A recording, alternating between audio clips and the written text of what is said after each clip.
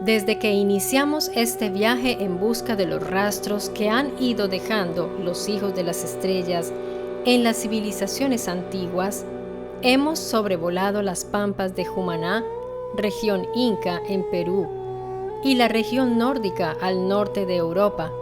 Ahora regresaremos sobre nuestros pasos a una de las culturas fundacionales, un lugar donde los arqueólogos han concentrado quizás su mayor actividad, ya que los valles y desiertos que rodean el gran río Nilo no han dejado de entregar tesoros para poder reconstruir nuestra historia y sobre todo entender nuestros orígenes como humanidad. Es en esa zona del mundo donde han surgido los más grandes misterios de la arqueología que aún hoy claman por ser descifrados. Tan enigmático e interesante es Egipto que hay una rama de la ciencia que se dedica exclusivamente a estudiarlo y es la egiptología. Estamos acostumbrados a ver documentales, películas y videos hasta el punto de sabernos casi de memoria los nombres de los faraones y sus dioses. Pero hay detalles que siempre se nos pueden escapar. Y es justamente ahí donde pongo el ojo. Así que no te pierdas este video hasta el final y te invito ya mismo a suscribirte si aún no lo has hecho. Muy poco se sabe sobre los orígenes de los egipcios. La teoría más aceptada hasta hoy es que la zona del Alto y Bajo Egipto se fue poblando de tribus nómadas provenientes del norte de África, que atraídas por las tierras fértiles se fueron asentando allí. En ese lugar fueron desarrollando la agricultura y fue más fácil para ellos que para los sumerios, ya que las inundaciones regulares y predecibles del río Nilo, que depositaba sedimentos ricos en nutrientes en los campos, enriquecía el suelo y permitía cosechas abundantes. Pero estamos hablando de una época que roza la prehistoria, un tiempo muy primitivo que abarca aproximadamente desde el 5500 a.C. hasta el 3100 a.C. Todavía Egipto estaba dividida en dos reinos, el Egipto Alto y el Bajo. Era un tiempo en el que los individuos a los que llamaban dioses acompañaban a los hombres y les enseñaban a cultivar, cosechar y producir nuevas especies de cereales. Es entonces cuando hay un nudo interesante en la narrativa respecto a la primera dinastía de reyes egipcios. Antes de narrarte una interesante hipótesis sobre este tema y sus indicios, hay que tener en cuenta que el entendimiento de la historia temprana de Egipto está constantemente en evolución a medida que se descubren nuevos hallazgos arqueológicos y se desarrollan nuevas teorías. La arqueología oficial está de acuerdo en que el primer rey de la primera dinastía de reyes en Egipto fue Narmer, aunque esta teoría está en discusión debido a que este nombre no aparece en la lista de reyes. El nombre Narmer se conoció gracias al descubrimiento de una serie de artefactos y monumentos arqueológicos. Uno de los hallazgos más significativos fue la llamada paleta de Narmer, que se encontró en Hieracómpolis y data de alrededor del 3100 a.C. Esta paleta es una losa de piedra tallada y decorada con bajorrelieves en ambos lados.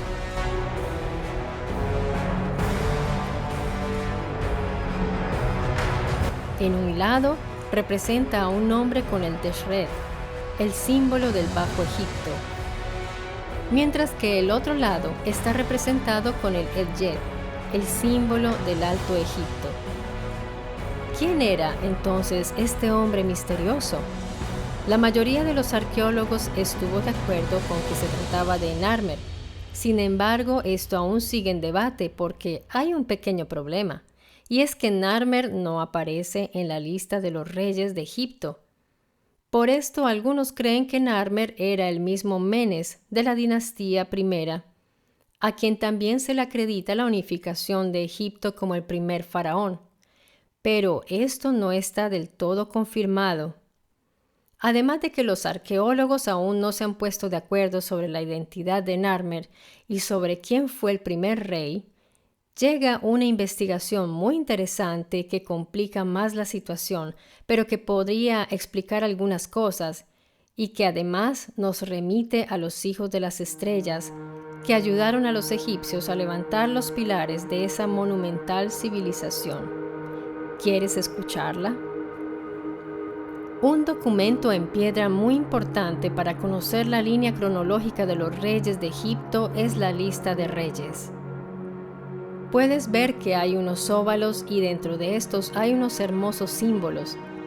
Estas casillas ovaladas se llaman cartuchos y en su interior se encierran los símbolos que enuncian el nombre de cada rey de la estirpe faraónica egipcia.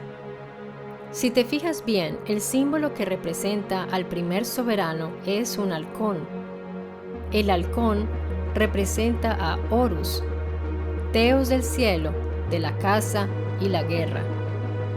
Horus era el hijo de Osiris e Isis y al mismo tiempo fue el padre del primer rey de la legendaria dinastía Cero.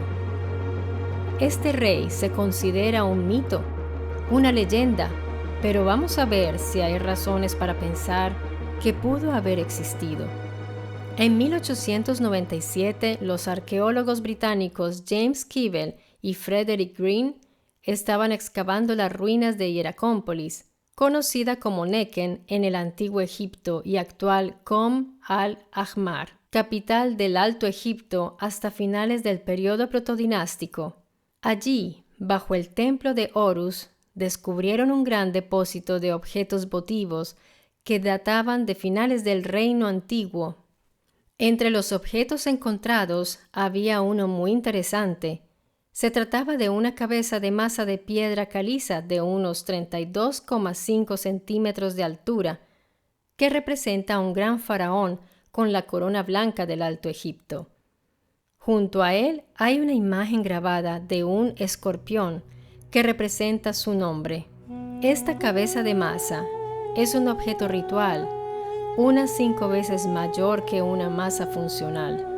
El rey aparece de pie con una cola de toro junto a un curso de agua, posiblemente un canal, sosteniendo una azada que simboliza la apertura ritual de diques tras la crecida del Nilo, o tal vez una zanja para la fundación de un templo o ciudad.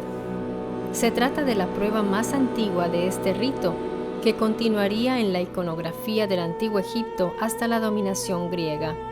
El rey se enfrenta a un hombre con una cesta que arroja semillas al suelo, a otro que lleva un enorme haz de gavillas de grano y a otros que portan estandartes.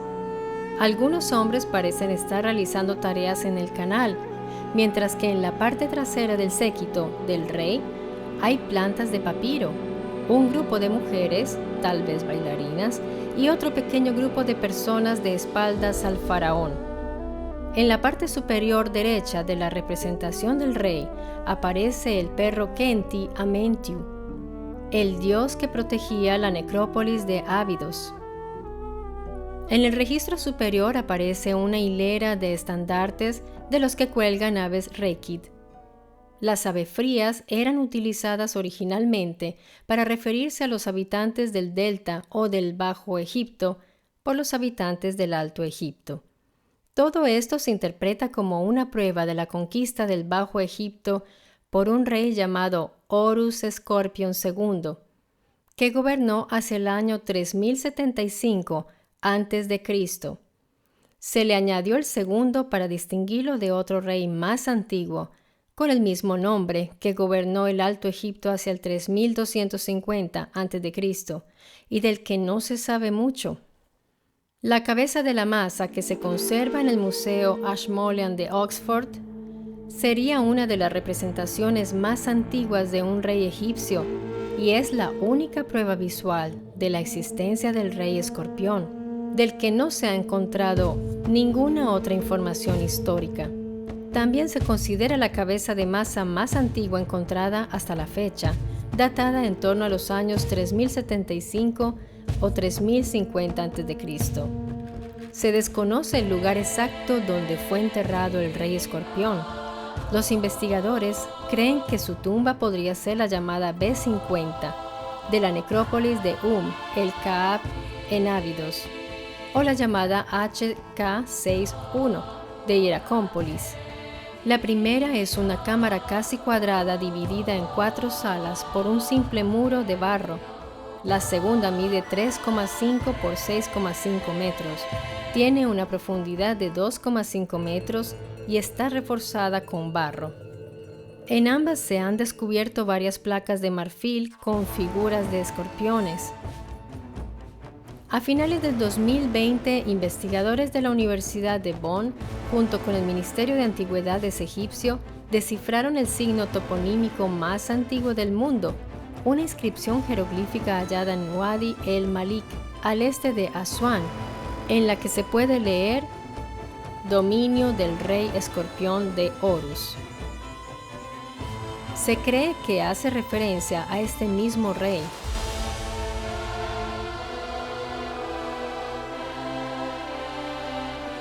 Algunos egiptólogos como Bernadette Menu creen que, dado que los reyes egipcios de la primera dinastía parecen haber tenido múltiples nombres, Escorpión era la misma persona que el faraón Narmer, pero con un nombre diferente o un título adicional. De hecho, ambos parecen haber sido contemporáneos, y el estilo artístico de la cabeza de Masa presenta similitudes intrigantes con una similar de Narmer.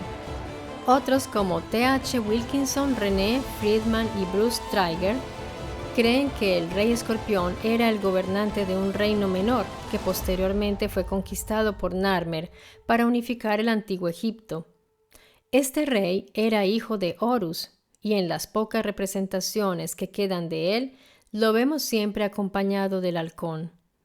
Como suele suceder con el pasar de los milenios, se van borrando huellas de historias que merecen ser conocidas, y además a esto debemos añadirle la censura.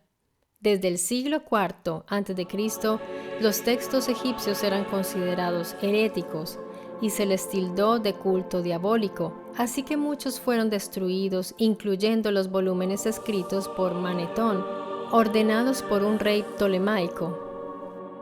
Podríamos decir que el rey escorpión es el correspondiente egipcio del rey Gilgamesh, hijo de la diosa Ninsun y de un sacerdote llamado Lilaj en Mesopotamia.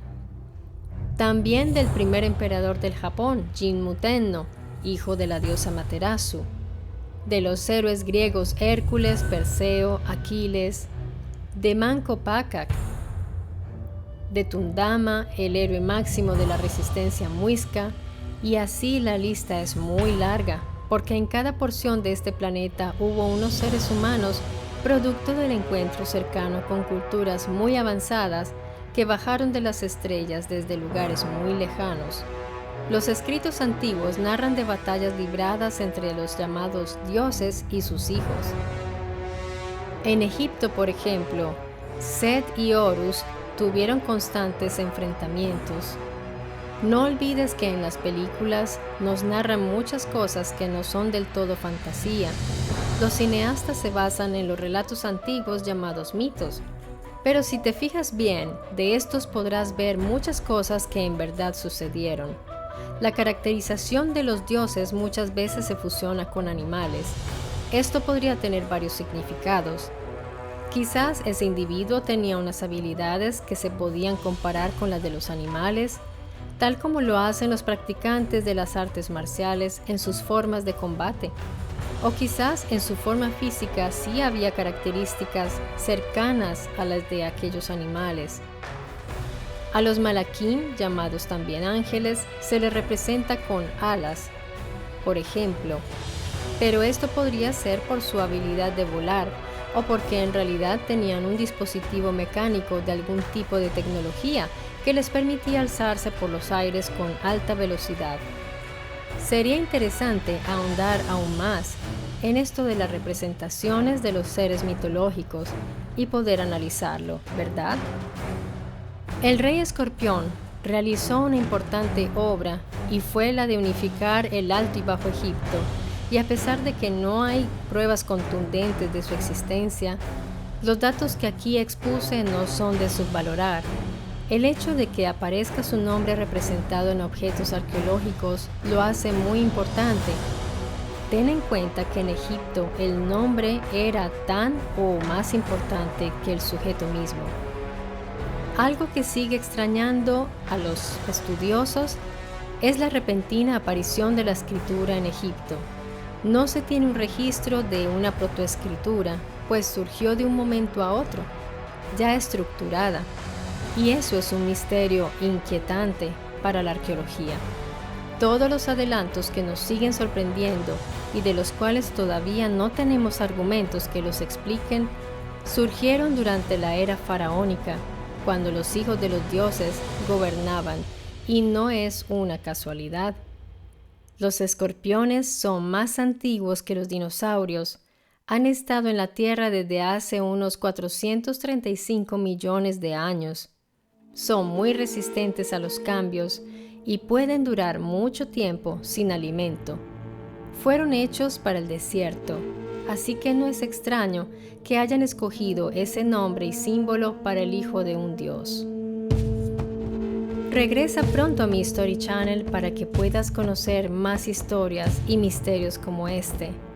Por ahora, te mando un gran abrazo y hasta pronto.